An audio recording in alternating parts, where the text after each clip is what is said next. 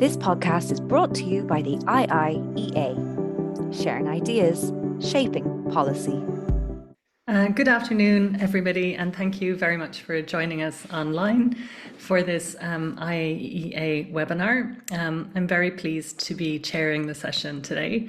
For those of you who don't know me, my name is Catherine Costello, and I'm a full professor of global refugee and migration law at the Sutherland School of Law in UCD, a recent returnee to Dublin after a long career at the Refugee Studies Centre in Oxford and the Centre for Fundamental Rights at the Hertie School in Berlin.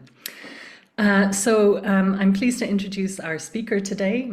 His name is Gerald Knaus, and he is the founding chairman of the think tank, the European Stability Initiative. He is a highly influential author on migration issues, originally from Austria.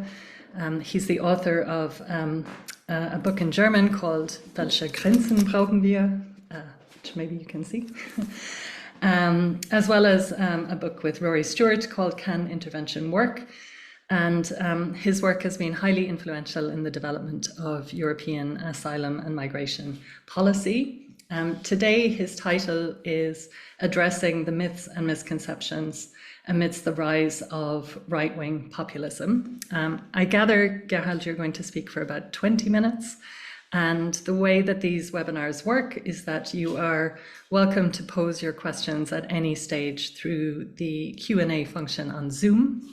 We would invite you to identify yourself and your affiliation if you're posing any questions.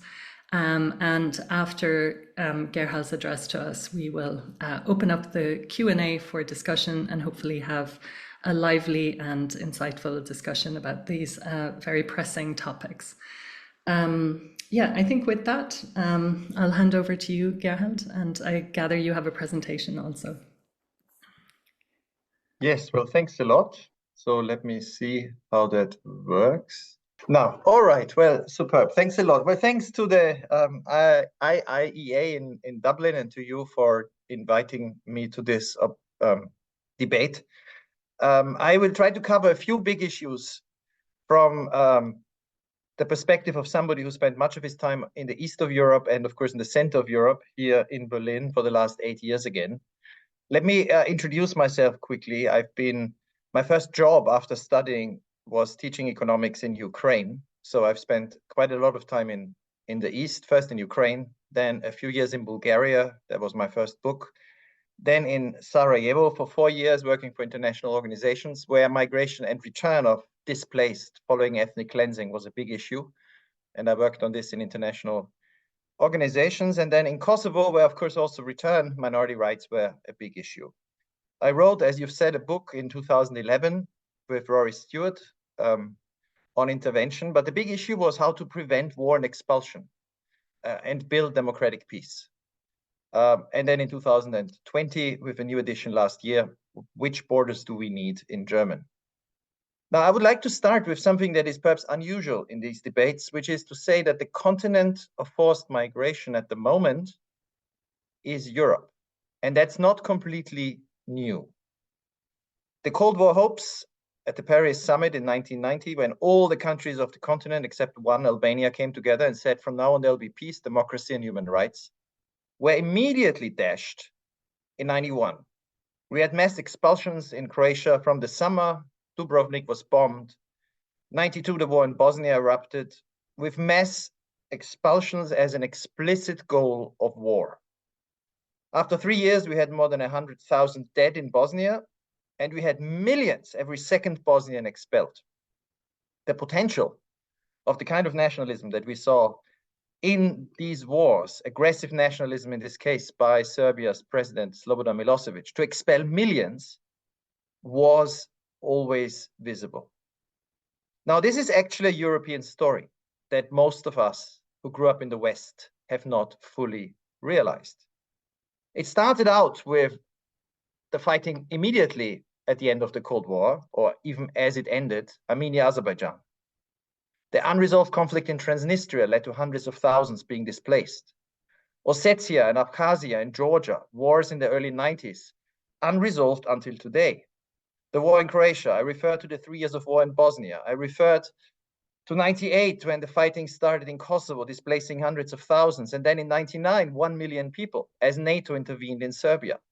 We've had hundreds of thousands displaced in Turkey, Council of Europe and NATO member, in the fighting between the Turkish military and the PKK in the 90s. Hundreds of thousands leaving Southeast Anatolia. We had the first Chechen war in the mid-90s, the second Chechen war when Vladimir Putin came to power, always displacing huge numbers of the resident population. We had a short civil war in North Macedonia, which stopped. We had another war in Georgia in 2008. We had the annexation of Crimea and the beginning again of deportations. Another outbreak of fighting in Southeast Anatolia in 2015. And then, of course, the war in East Ukraine erupting in 2014, leading to 14,000 deaths and huge numbers of people displaced, even before the big war of 2022. Another war in the Caucasus in 2020, in 2023, and then, of course, the big war in Ukraine. So why, if we look at this map, do we expect this to stop? If we look at this map, at the moment of the biggest refugee movement in Europe since the 1940s, we realize how bizarre it is that in our debate on migration and refugees and forced displacement, this issue is not actually the one that should absorb a lot of our attention. Fortunately, it hasn't led to the kind of toxic political reactions that Vladimir Putin certainly expected. The wars in the Caucasus are happening outside of our point of view. We don't really notice how many people were killed in Armenia and Azerbaijan as part of the population in 2020. And of course, we might have forgotten the expulsion of 100,000 people from Nagorno-Karabakh last year. We also don't notice that there is a very dangerous nationalist emotion being stirred up in the north of Kosovo and in Serbia. Paramilitaries last September with weapons for 100,000 people being stopped in the north of Kosovo. And football stadiums in Serbia in the last year, regularly fans, these are fans during a football game. If you read Serbian, you can read the writing, Kad se vojska na Kosovo vrati, when the army will return to Kosovo. That is every week the major topic in newspapers across Serbia. Military maneuvers, like a few weeks ago, whirlwind, with the Serbian president praising the mass production and import of drones. We are heading for more conflicts. So my first question, as we look at displacement and the future of forced migration, is why do we expect this to stop? And the conclusion is we shouldn't, unless the European Union succeeds, and this is an issue for another debate, unless the European Union succeeds in reversing these dynamics. There will be another war in the Balkans. There will be another war in the Caucasus. There will be more fighting, of course, as it continues now in Ukraine. And we don't know how many people will have to leave Ukraine in the next year or two. The most important root cause of this is Vladimir Putin. I mean, the largest refugee movement in German history in the last few decades has come in 2022. And yes, Germany did also receive hundreds of thousands of asylum applications, but they were a very small number compared to the 1 million Ukrainians that Germany accepted. This was predictable, but I think in the field of migration science, we don't look very much at these kinds of root causes because they are in another field.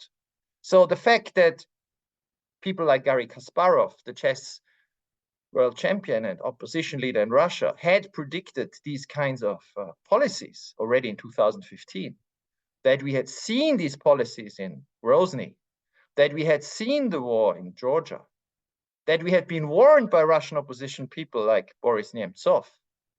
None of this really figured in the debate as we looked at the future, the near future, not the distant future, the near future of forced displacement that affects our democracies most directly. So what is predictable now? I started with this unusual picture of Europe because it is obvious that expulsion is a very prominent tool, widely and openly discussed in Russian media by people close to the Kremlin, that are exulting in the idea that by the winter, another 10 million Ukrainians might be forced to leave. Now, they are systematically trying to destroy the infrastructure to make life in big cities impossible. And I was just coming back from Moldova. I was in Chisinau last week talking to the energy minister of Moldova and the head of the Moldovan intelligence service, and they are very concerned about the extent of damage to the grid and to the basic infrastructure for life in winter in Ukraine. So where next? Forced displacement. I think as we look at these issues, we should look at Serbia, Belarus, Azerbaijan, and Russia, and integrate what is happening there into the debate on migration. And where might the next million, if it comes to this, or millions, because it depends on the course of the war in Ukraine, of Ukrainian refugees, mainly women and children, go? Here is where they were in December 2023 in Europe. And it is remarkable. Ireland and Germany are, of course, among the top countries, not at the very top. That's the Czech Republic, which has taken in an extraordinary 370,000 Ukrainians, which is a very high share. It's still below the share of Syrians in Turkey, but it's getting there, and it happened very quickly. Bulgaria, the Baltic states, Poland, of course, always Cyprus, but then it's already Ireland and Germany. So the debate on what to do, how to prepare for this, so that it doesn't lead to the kind of right-wing extremist rise, fed, of course, by the Kremlin, which wants Europeans to turn against Ukrainians, that we preempt this is a very important debate.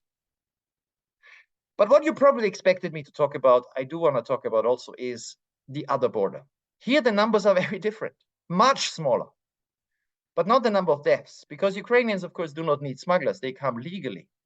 They do not need to risk their life crossing that border.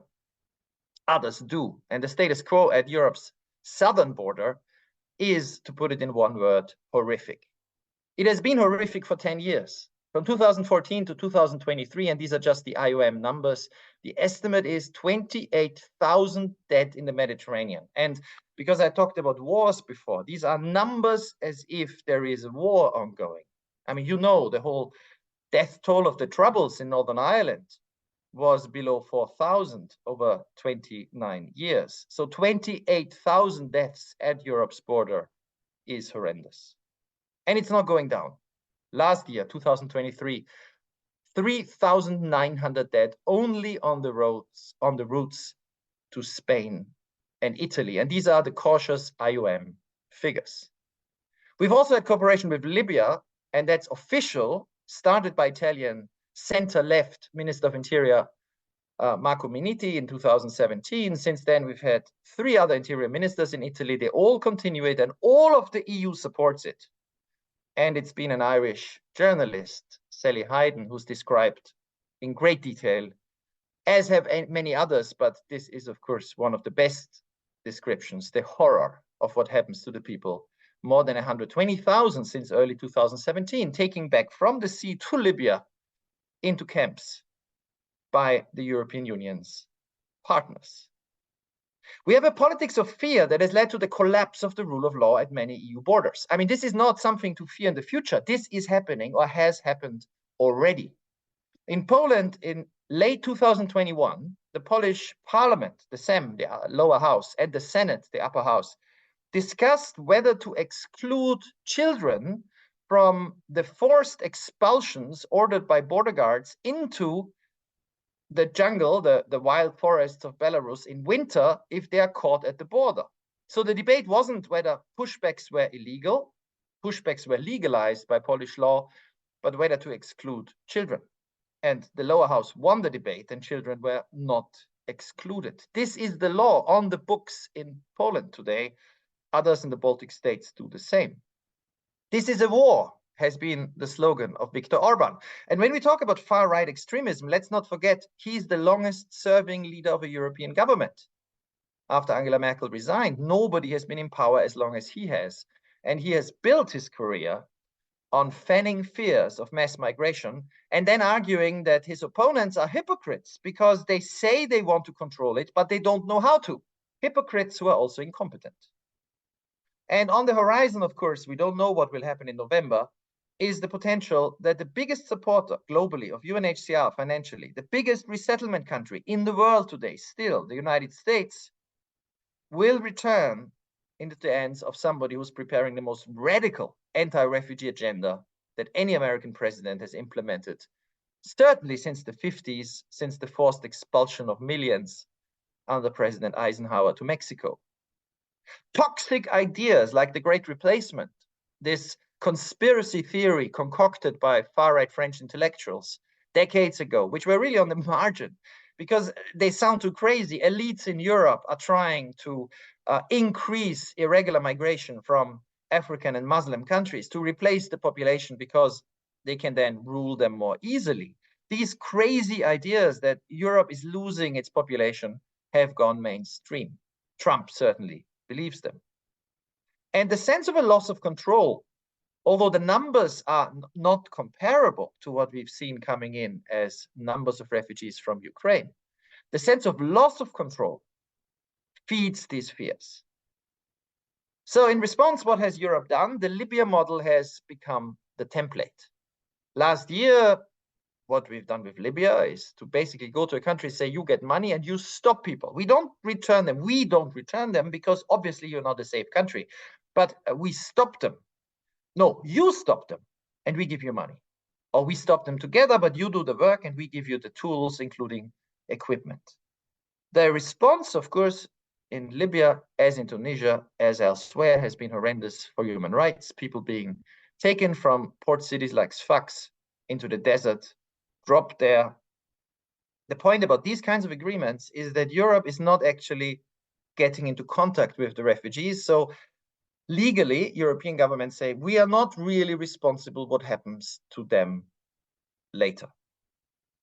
Which raises the question, and that goes to the heart of the issue, if migration control is possible at all. And I know there is this big scholarly debate, which sometimes strikes me as very far removed from reality because it ignores what is the fundamental fact in the world today, that migration is controlled at most borders, unfortunately, by force.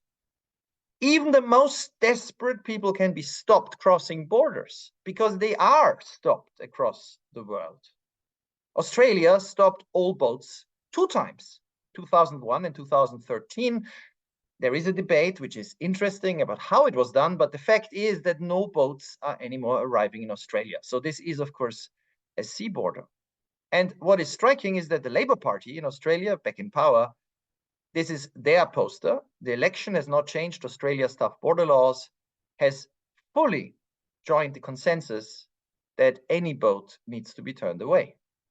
Israel has built a fence in 2012 and has stopped all crossings from Africa. Israel had a few 10,000 refugees before, mainly from Darfur or Somalia, crossing via Egypt. This is no longer happening. Israel built a fence, but more importantly, it put soldiers on the fence and practices pushbacks. Now, the India-Pakistan border is another famous long border that is being controlled to stop all irregular crossings. The Algeria-Morocco border is also not new. This has been newly built starting in autumn 2015 and largely completed now. Turkey's border with Iran, Iraq, and Syria. At the moment, if you're in Syria, trying to get into Turkey is almost impossible, and it's getting similar on the border with Iran. And finally, of course, what we all see on our television screens, desperate people in Gaza. No security, no food, no healthcare, nothing for a dignified life, but they can't get out because soldiers stand in their way.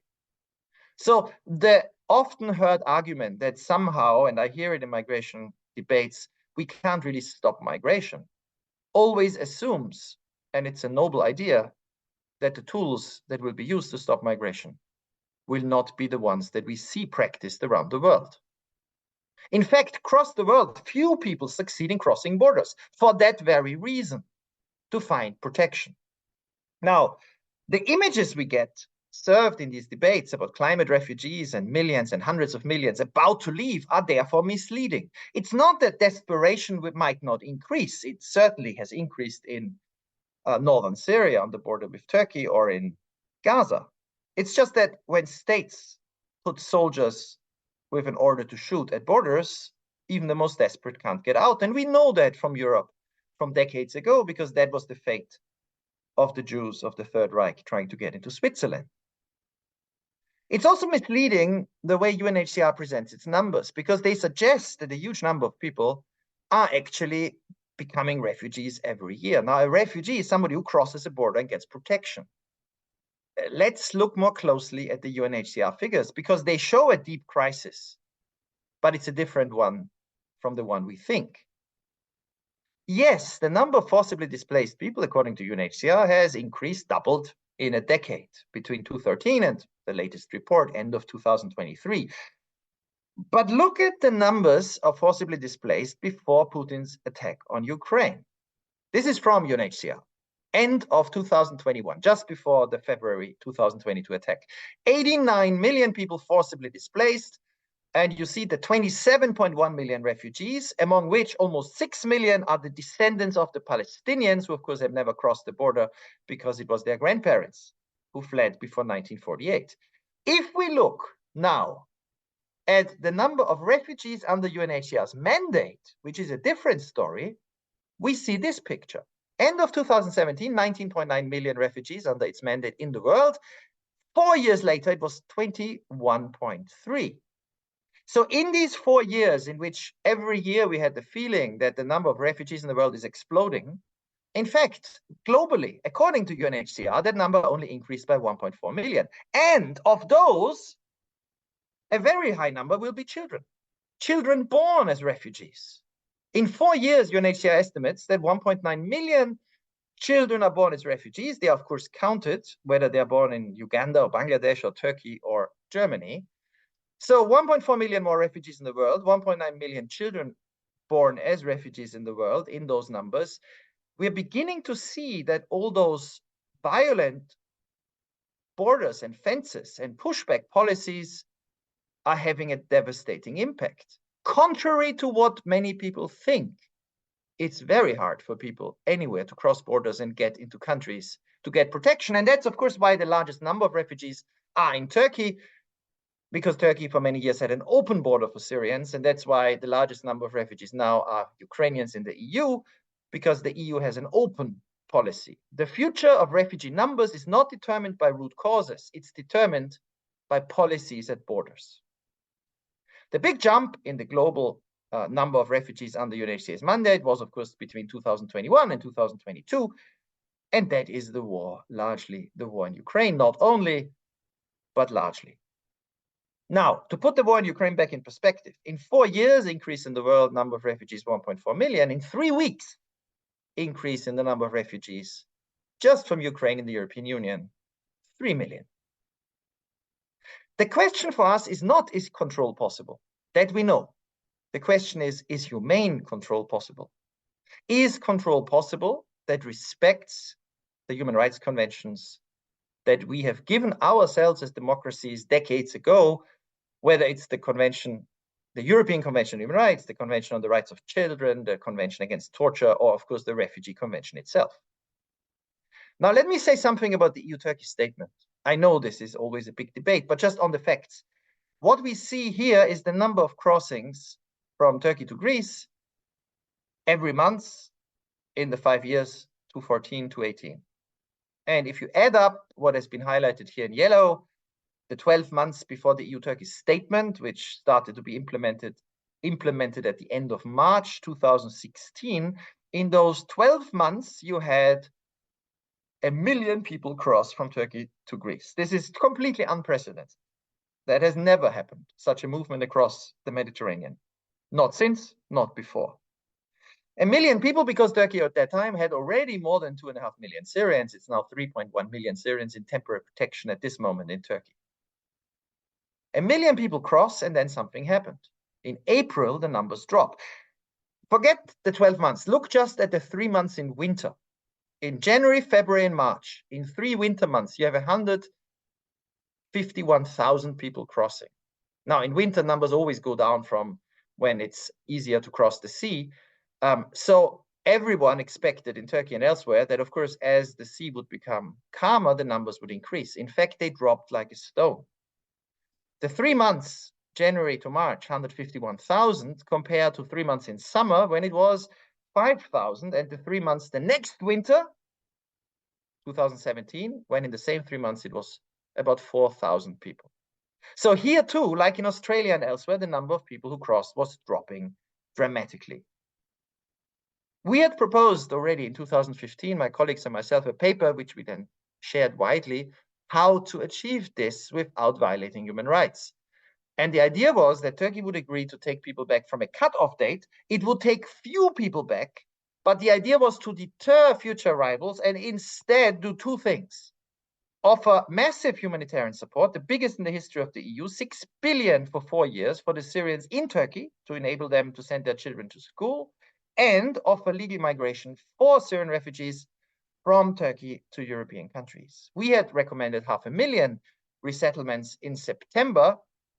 By the time this was actually proposed by the Turks, that's important. The Turks offered it to the European Union in March 2016. By the time it was offered, the 500,000 people we had proposed to take had already crossed. As we then saw in the months and years later, the number of people resettled was much lower. And I'm still not ready to ever celebrate this achievement, this agreement, because we always said unless 50,000 refugees are resettled, there is little to celebrate. But what did happen was that the number of arrivals stopped sharply, and so did the number of deaths. The lesson learned for some Europeans was we have a way, because of course the EU-Turkey agreement was challenged in many courts, many NGOs were very unhappy, but no court ever found it to be unlawful, neither did UNHCR, so it has survived many court challenges. The reason it did, we can discuss in more detail, is because it doesn't change any laws. I mean, it basically says we apply current laws. You can only take people back to Turkey if Turkey is in fact safe. So this is why the Danish then passed the law in their parliament saying they would extend this to other countries. They never really did. We can discuss that in more detail. But this is what is being discussed in Germany at the moment. And now, right at this moment, in these weeks in Germany, and for the last few months, the debate has gone through a tremendous shift, a big change. I mean, this man is the prime minister of North Rhine-Westphalia, the biggest state in Germany, 18 million people, and one of the key players in the Christian Democratic Union. He's a liberal Christian Democrat in alliance with the Greens, Hendrik Wüst, and he has come out last September saying Germany should support safe third country solutions. Agreements like with Turkey and similar to the one that the UK has negotiated with Rwanda. Now, he always said that this can only be done legally, of course, if these countries are truly safe and if there is access to asylum. And he has proposed using and involving the UNHCR in asylum status determination for those to be sent to a safe third country. This made a quick career. He proposed it. It then went to the basic program of the CDU, which is set to win the next elections. It then entered the EPP, the biggest group in the European Parliament, election manifesto, and it's now at the center of debates. Many of the German democratic parties are supporting it. The government is at the moment studying it intensively.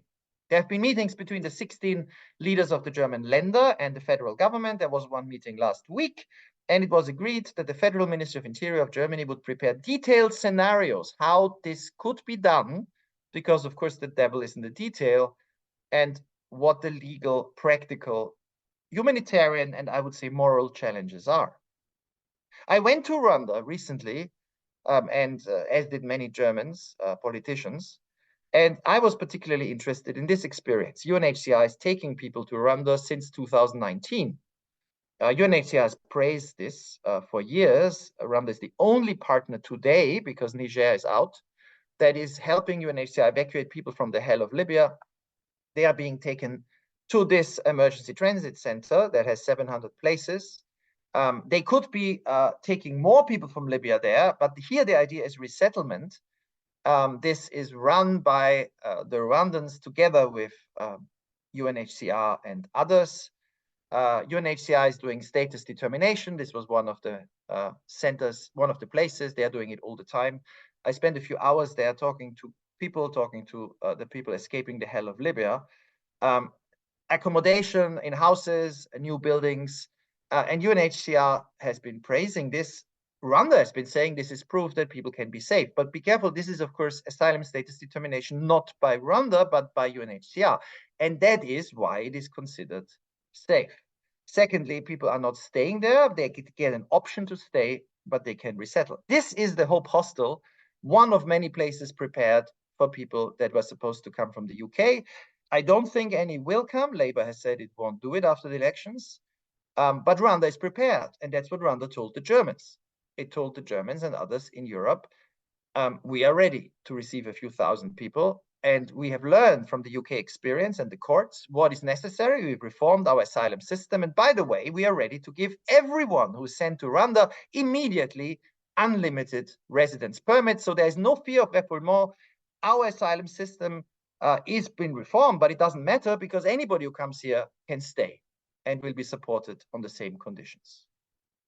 Now, this raises an interesting question from the moral point of view. Could this help reduce deaths? Is this the alternative to the Libya-Tunisia deals, which are spreading? We are discussing Libya-Tunisia deals with Lebanon, with Mauritania, with Morocco. What I mean is deals where we give countries money and they do whatever they think is necessary to stop people leaving.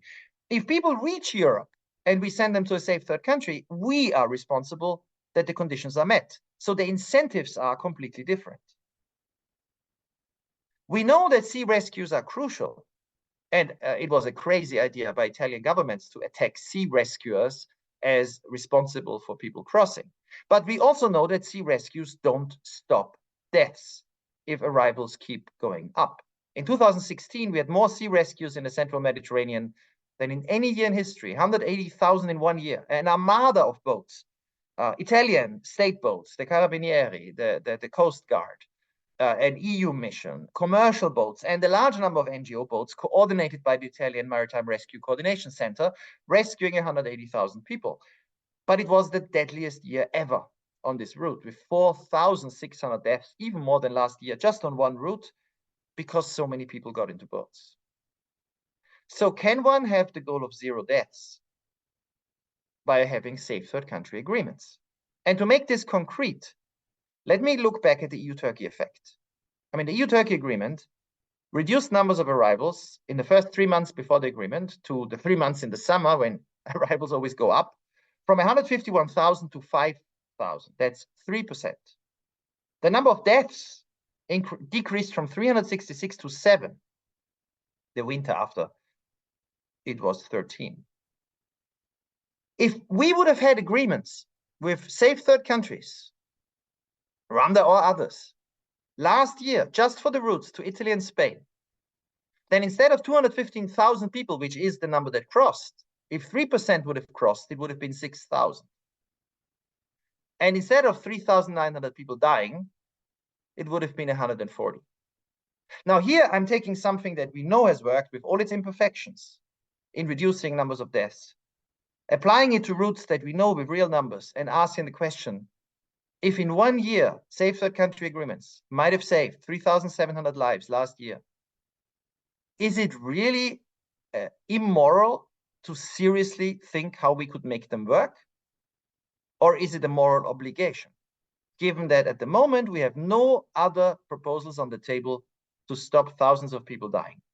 And is this not the humane control that, if it could work with the safeguards our courts impose on us, we need to tackle the toxic fears of loss of control that has propelled the far right to power in so many countries, from the Netherlands to Italy to, well, we will see, hopefully not, France. So what we propose, and I close, is the paradigm shift. Europe to think of itself like Canada. Now, Canada is not actually very far away from a massive migration crisis. We know at the border between the US and Mexico, every month now, more people are being intercepted by the American border guards than crossed last year in a whole year from Africa to the EU. But Canada has a safe third country agreement with the US that was toughened last year. So Canada doesn't want people to arrive spontaneously. But at the same time, Canada has a hugely developed legal migration and refugee resettlement program. The idea of legal migration, the current plan foresees almost 1.4 million over 3 years. That's 500,000 a year. But interesting for the refugee issue is that 50,000 of those are supposed to be resettled. And that is an old program that was launched in 1979. The mayor of the Canadian capital at that time invented or proposed it, and it has survived, but civil society is involved in bringing in a certain number of people every year without risking their lives legally. And could we not, and here I end, show how this could work this summer? in the Channel. Labour does not want to send anyone to Rwanda. That is fine. In fact, that's a good thing. Why should Rwanda help Europeans solve a problem that lies in Europe between democracies? But how about Denmark, Austria, the Netherlands, countries that signed a letter recently saying safe third country solutions are the way forward? How about them offering the new Labour government that we, Europeans in the EU, are your safe third country? If we believe it can work, if we offer to the UK that from the 1st of August, anybody who crosses from France then can be returned to us, because clearly we are safe third countries. We are safe countries. We are democracies. And then we see the number of boats dropping quickly. Couldn't we show that this can work? Is this not the alternative in the Channel? That is also actually affecting Ireland directly. In the Channel too, people die, not in the numbers of the Mediterranean, but in November 2021, one instance, more than 20 people drowned. And this year already, I don't know the latest numbers, but it's already every month people drowning in the Channel. We define a day X, 1st of August, 1st of September, the sooner the better. And from that moment on, according to all the existing laws, European countries are ready to take people back who cross irregularly. But in return, and at the same time, the UK offers every year to 10,000 or 20,000 to be negotiated people a legal way from the EU for refugees or asylum seekers who have a personal reason to go to the UK, a legal path. The UK offers solidarity. Europe shows that we can control irregular migration, and the toxic sense that this is something only between African countries and rich Europeans is removed, because what we want to show is we are not against legally taking refugees. We are against the risky, deadly crossing through smugglers. Now, I was growing up in Vienna, and Vienna is interesting because Austria is on the verge of having a far-right party win the next elections, the FPÖ. I mean, it's a noxious, toxic party. It's pro-Putin. It's in favor of Austria leaving the EU. It's in favor of getting out of the refugee convention. Its model is Orban. We will see the elections are in autumn. But Vienna is interesting because that's where most of the asylum seekers and refugees end up. Austria in the last few years was per capita the country that gave most protection after asylum system decisions in the European Union per head. And those who get protection, 70% end up in Vienna. The result was that in 2022, together with the Ukrainians who already arrived, in 1 year, their net increase of population, net meaning more than those who left and those who came, that's the absolute increase, was 50,000. In a city of 2 million people, these are numbers Vienna hasn't seen. Last time it saw them was the year 1900. But at the same time, Vienna has been voted the most livable city in the world. So migration is not the problem, if it is handled well. What is a problem is the political effect of fears of loss of control. It's the toxic visions irresponsibly fanned by notions that millions and hundreds of millions of people are on the move, which they aren't trying to get to Europe. It's this toxic vision of fear that leads parties like the FPÖ. Because in Vienna, and that's the final paradox, which of course migration researchers know, the FPÖ is not doing well. It is using the fear of migration with most impact in those parts of Austria where migrants don't stay. If you want to know more, if you want to see our reports detailed on analyzing the UK court decisions on Rwanda, the EU-Turkey statement, the situation in the central Mediterranean, the deaths and the relationship to sea rescues, we have papers on all of this on our website. They are easy to read. They are not written for academic audiences, but for policymakers and the general public, but with lots of footnotes and facts. And I look forward to the debate. Thank you. Great, thank you very much, Gerald. So I would invite anybody who wants to pose a question directly to do so. I think we have one or two in the Q&A, and perhaps, Gerald, while we're waiting for a couple of questions to come in, I have one on the EU-Turkey statement, but I might just sort of broaden the lens a little bit. You made a very strong causal claim about the impact of the EU-Turkey statement on arrivals and saying people don't come anymore. And I think the evidence from the empirical evidence generally tends to show, of course, policy impacts on movement, but that people find other routes and in your presentation, you set out a list of figures and said, because these coincide with the EU-Turkey statement, we know they are caused by the EU-Turkey statement. And then you claimed that this was transplantable, that we can take the same policy, put it anywhere else, forget about geography, drivers, root causes, push factors, and that the policy will work in the way that you claimed. And I just wondered how you can defend that empirically, and as somebody who holds himself out as an expert, the causal claim, and that it's simply transplantable into another context. Well, I mean, the fact is, I mean, I know this debate around the issue where there have been many claims made that are obviously not true. The people who didn't cross to Greece did not go on other routes across the Mediterranean. We know that in 2016, the people who arrived in the central Mediterranean, for example, with record numbers, were from completely other countries. These were not Syrians, Iraqis, Afghans, Iranians, and Pakistanis, which was the top 5 groups crossing from Turkey. What we do know also is that people did continue to try to cross.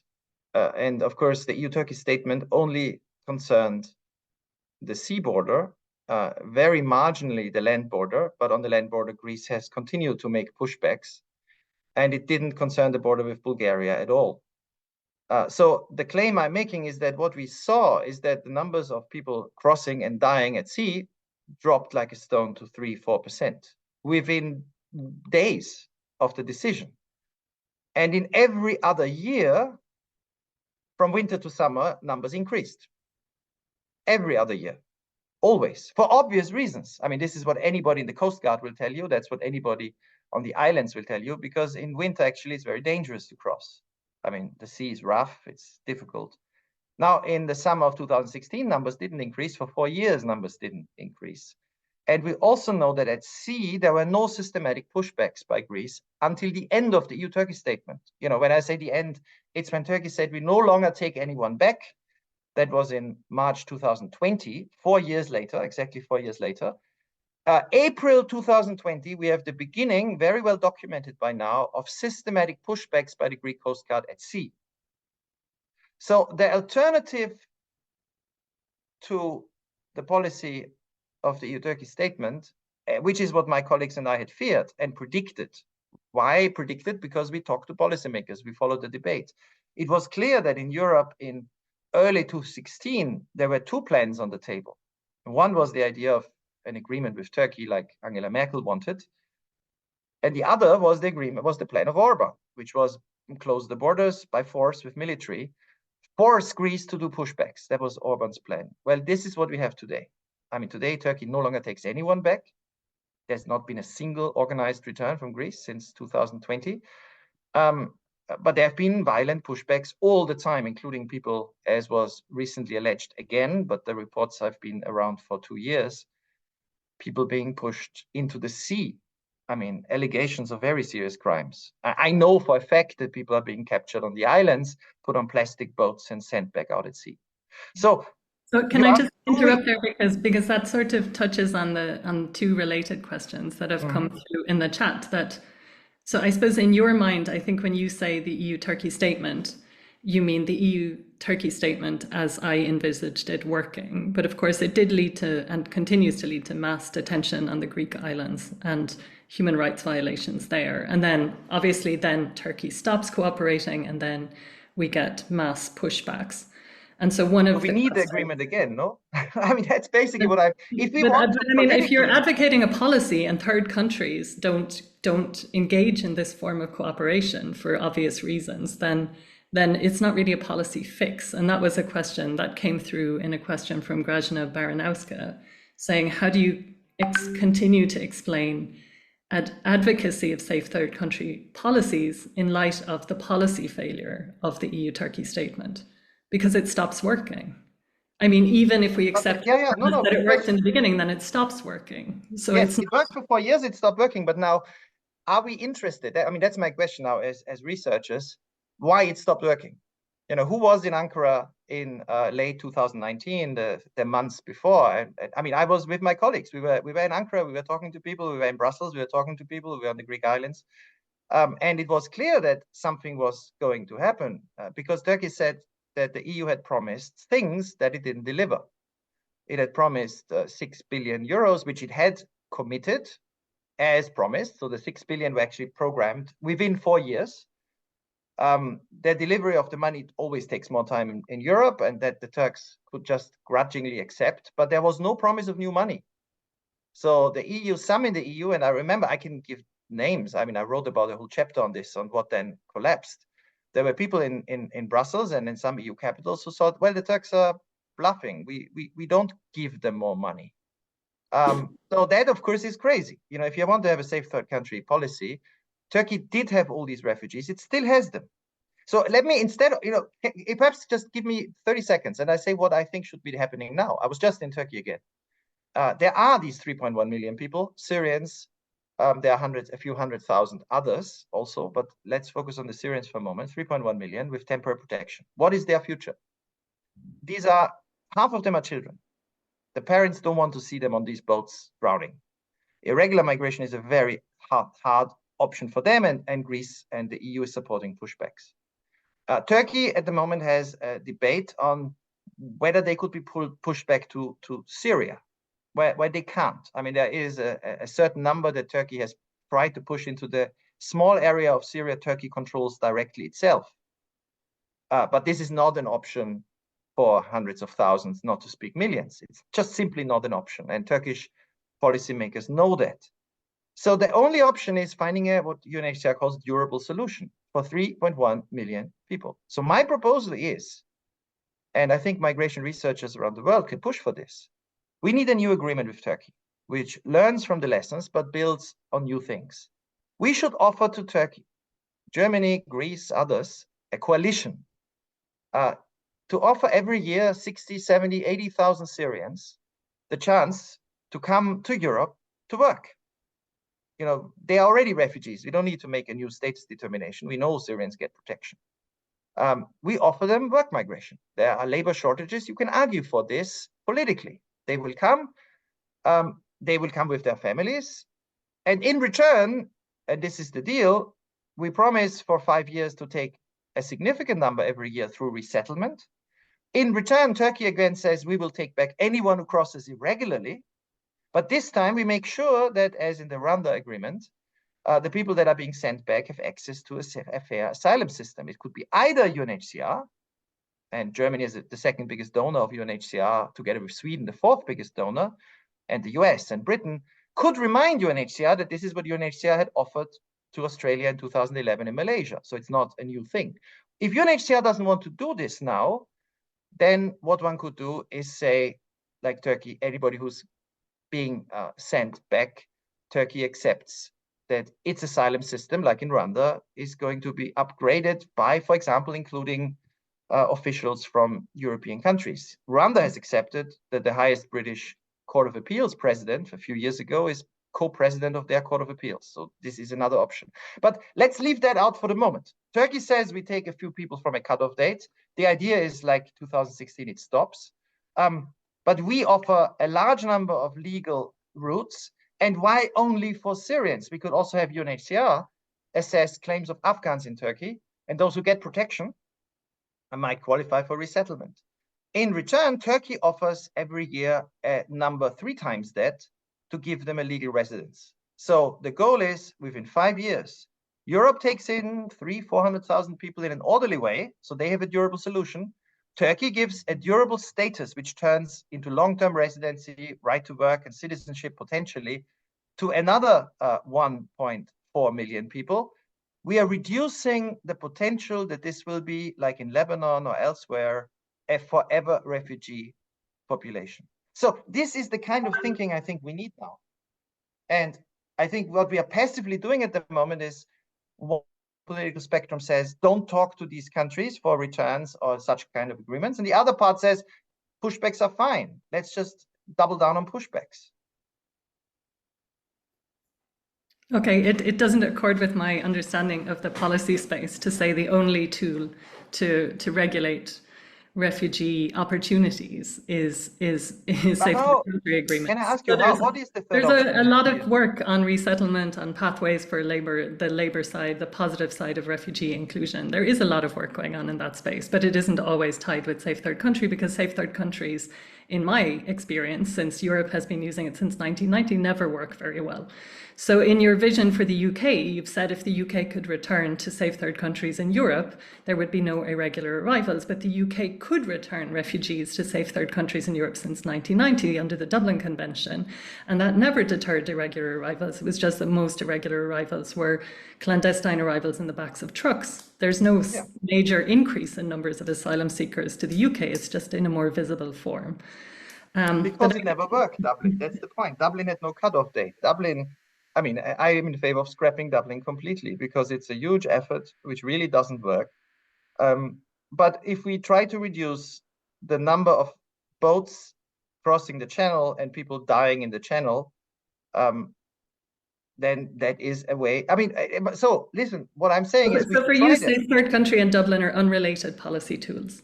So you can say that Dublin doesn't work. So a safe third country return from France to Germany under an EU instrument backed up by fingerprints, you say that doesn't work. Whereas an imagined system of safe third country returns to Turkey or to Rwanda, you say that's a policy that works. Yes, because of a huge difference. The goal of safe third country agreements, like the EU-Turkey statement, and I mean, I think a lot of people have missed this in the debate. The goal of this is to have a very strong psychological effect with a cutoff date. The goal is like what the Australians have done. You know, yes, they did a few pushbacks with their boats, but look at the numbers. They were not many. You know, after 2013, when Operation Sovereign Borders started, they had like 600 in total people being pushed back by boats. What happened was that people stopped getting into boats because it looked hopeless. Now, the Australians did it with awful conditions on the island, so European courts wouldn't allow that. What we need to do is have the same effect. Say it's pointless to get into a boat in France to go to the UK because 2 weeks later, which is not the case in Dublin, 2 weeks later, you will end up back in the EU. Don't do that. But there is a legal path. Why couldn't we try that? So you imagine a totally different enforcement apparatus than anything that would be legal. But I want to turn to, I have two fascinating questions from Aideen Elliott, who is the Senior Policy and Research Coordinator from Oxfam Ireland. And she says she wanted to challenge the dichotomy between losing lives at sea and deals with third countries as the only two options. She says they are not the only two options. Why do we not discuss safe and regular routes to protection? The Temporary Protection Directive activation of people fleeing Ukraine showed that when political will exists, an emergency can be managed entirely differently.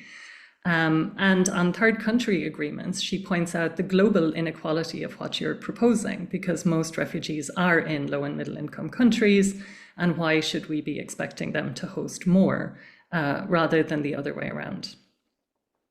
I've summarized her question. No, very, very good. Very good. I'm conscious of time, so we have just a few minutes left. So maybe let me take the second question first. On the global. I mean, UNHCR makes this argument a lot at the moment. Also, the responsibility sharing. I mean, I think Europe should take refugees, even if today, of course, there are not many countries in the world that have taken in as many refugees as Poland and Germany and the Czech Republic because of the Ukrainians. And we might take in millions more Ukrainians, and that shouldn't mean that we don't help others. I also think that this debate is distorted by the way UNHCR presents its numbers, because as all the experts know, UNHCR counts refugees in Europe only for 10 years, but it counts them in Pakistan for 50. In China, it counted them for forever. So when we look at these global figures of refugees, it's not comparing the same with same. You know, in Germany, if you count all the people Germany has taken in the last 40 years, or the US has taken in, you actually realize that it's the Western countries that have taken in more refugees than the rest of the world. I mean, we are having a big paper on this coming up soon. I don't know why UNHCR is doing this. Until 2 years ago, it was also misleadingly claiming that 70% are in poor countries, which using a definition of poverty, which included, you know, South Korea as poor and Singapore as poor.